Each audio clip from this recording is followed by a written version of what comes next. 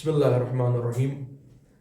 پیغمبر گرامی اسلام اور حضرت محمد مصطفیٰ صلی اللہ علیہ وآلہ وسلم اور امام جعفر صادق علیہ السلام کے درمیان بہت سی صفات ہیں جو مشابہت رکھتی ہیں، جو دونوں کے درمیان کامن ہیں اور ایک جیسی ہیں۔ پیغمبر گرامی اسلام نے، جیسا کہ ہم نے بیان کیا تھا، کہ اپنے اصحاب کے درمیان فرمایا تھا کہ کیا میں تم لوگوں کو یہ خبر دوں کہ تم میں سے کون ہے جو مجھ سے سب سے زیادہ شباہت رکھتا ہے اور مجھ سے سب سے زیادہ ملتا جلتا ہے؟ تو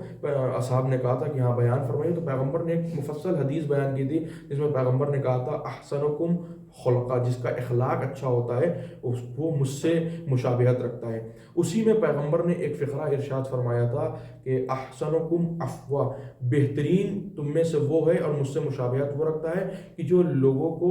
معاف کر دیتا ہے، اور بہترین معاف کرنے والا ہے، بخشش کرنے والا ہے۔ اگر ہم امام صادق علیہ السلام کی حیات طیبہ میں دیکھیں تو امام صادق علیہ السلام نے ارشاد فرمایا ہے، خود کافی میں بھی اس حدیث کو نقل کیا گیا کہ امام نے کہا ہے کہ ہم لوگ سب سے زیادہ ان لوگوں کے ساتھ مروت سے پیش آتے ہیں اور ہماری بخشش سب سے زیادہ ان لوگوں کے لیے ہوتی ہے کہ جو ہمارے اوپر ظلم سے کام لیتے ہیں، جو ہم پر ظلم کرتے ہیں۔ اگر آپ دیکھیں تو خود امام صادق کی حیات طیبہ میں ملے گا جس طرح پیغمبر، وہ شخص جو پیغمبر کے اوپر غلاظتیں پھینکتا تھا، پیغمبر جب وہ بیمار ہوا ہے تو اس کی عیادت کے لیے گئے ہیں اور اس کو پیغمبر نے معاف فرمایا ہے۔ یہ پیغمبر کا اخلاق تھا، یہ پیغمبر کا کردار تھا، یہ بہترین پیغمبر کا معاف کرنا تھا کہ وہ شخص کلمہ توحید پڑھنے پر مجبور ہو گیا پیغمبر کے اخلاق کی وجہ سے۔ یہی امام صادق علیہ السلام کی حیات طیبہ میں بھی ہمیں مل جائے گا کہ جب امام علیہ السلام کو کوئی شخص گالی دیتا تھا، امام کو کوئی شخص برا بھلا کہتا تھا، تو امام اپنے گھر آتے تھے، مصلی نماز کے اوپر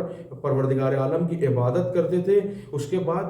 بہت زیادہ گریہ وزاری کرتے تھے اور اس شخص کے لیے پروردگار عالم سے بخشش اور معافی کے طلبگار ہوتے تھے جو شخص امام کے ساتھ